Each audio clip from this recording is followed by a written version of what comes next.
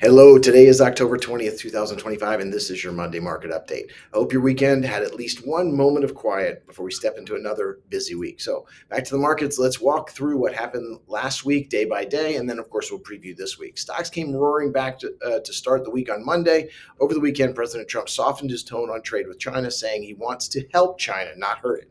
That was enough to flip sentiment from fear to relief, and the familiar AI tech trade returned in force. Futures surged overnight, and by the open, the S&P 500 was off to the races. Large cap tech, semiconductors, and consumer discretionary names led the rebound. The semiconductor index itself jumped nearly 5%. And a dovish comment from Fed head Paulson, hinting at two more rate cuts this year, added fuel to the fire. So by the day's end, the index internals showed strong breadth, a sign that Friday's drop had been more emotions than fundamentals. The Dow up 1.25%, S&P up 1.5%, and the Nasdaq up 2.25%. Tuesday opened soft on fresh trade war jitters, but quickly steadied. Chinese officials confirmed talks they're still ongoing, and that did calm nerves again when it comes to China. Earnings dominated the headline. JP Morgan, Goldman Sachs, Citi, and Johnson & Johnson all posted solid results with no warnings about credit risk or consumer weakness. That's exactly what, of course, the market needed to hear. There were also some flashes of excitement on AI again. OpenAI and Walmart announced a partnership to build a ChatGPT shopping assistant, sending Walmart shares nearly 5% higher. That theme continues to define 2025. AI is less of a story and more of now an economic engine. Dow up 0.5%, S&P down 0.25%, and the Nasdaq was down 0.75%. Midweek trading was a roller coaster. Global optimism carried over from Europe after upbeat results from LVMH and ASML, and a strong quarter from Morgan Stanley added to that lift over here. The Empire State Manufacturing Index surprised to the upside, signaling some resilience beneath the surface. Treasury Secretary Bessent didn't want to get left out. He hinted that U.S.-China trade truce could be extended, but the rally ran out of steam midday when Fed's Mirren warned that the economy remains, quote, vulnerable to shocks, close quote. Stocks dipped towards support near 6,600 before Mirren later pivoted with more dovish language about the balance sheet. Remember, I told you about this sort of testing the waters. He did help markets recover into the close. It was a day that captured the current mood perfectly. Cautious optimism, but never without a quick reality check. The Dow was up 0.5%, S&P up almost 0.5%, and the Nasdaq was up 1/3%.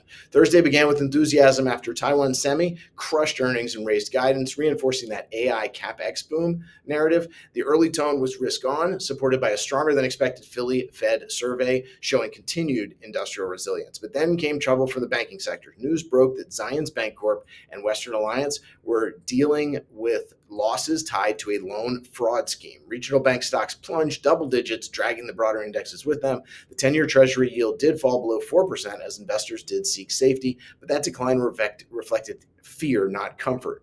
The market faded into the close despite dovish comments from Fed head Waller and Mirren, suggesting more rate cuts could, of course, come later this year. The Dow down 0.2%, S&P down 0.2%, the Nasdaq was down 0.75%.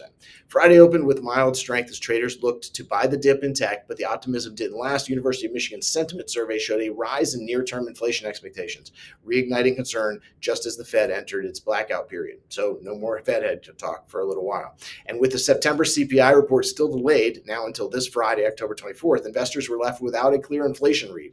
So that uncertainty kept volumes light and conviction thin. Yields ticked higher again, and most sectors finished a little change. But importantly, the week still ended with solid gains overall. The Dow was up on Friday 0.25%, S&P up 1/3%, and the Nasdaq up 0.5%.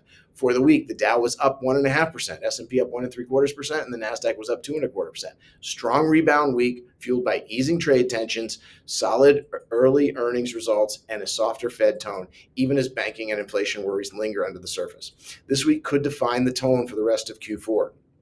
The headline event is the delayed CPI report, now scheduled for this Friday, October 24th. It's the first inflation reading of the month that comes with the Fed in blackout period, meaning no public Fed head comments until after the next meeting. On the earnings front, pretty important week across all the different sectors. Tomorrow, we're going to get Netflix, United Airlines, Bank of New York Mellon. Then Wednesday, watch out for Tesla, Procter & Gamble, Lam Research. Thursday, we'll get Intel, American Airlines. Friday, American Express, Schlumberger. We should also see initial jobless claims and continued claims, as well as some existing home sales. If the shutdown persists, some of these releases may again be postponed. So traders are watching state-level data as a proxy. they got to find something to trade on. Beneath the headlines, the focus stays on three themes: inflation credibility, whether that CPI delay stirs more volatility in rates. We'll see about that. AI earnings and margins, as tech leadership is tested and earnings reports come out. Economic momentum, with Goldman's tracking model showing U.S. growth barely above zero for Q4. So in short, expect data delays, earnings fireworks, and a market that still trades on narrative as much as numbers. Never count out the government for news. Rare earth minerals and government shutdowns top that list. As always, please keep your eye on the goals, and let's stay in touch. Have a great week.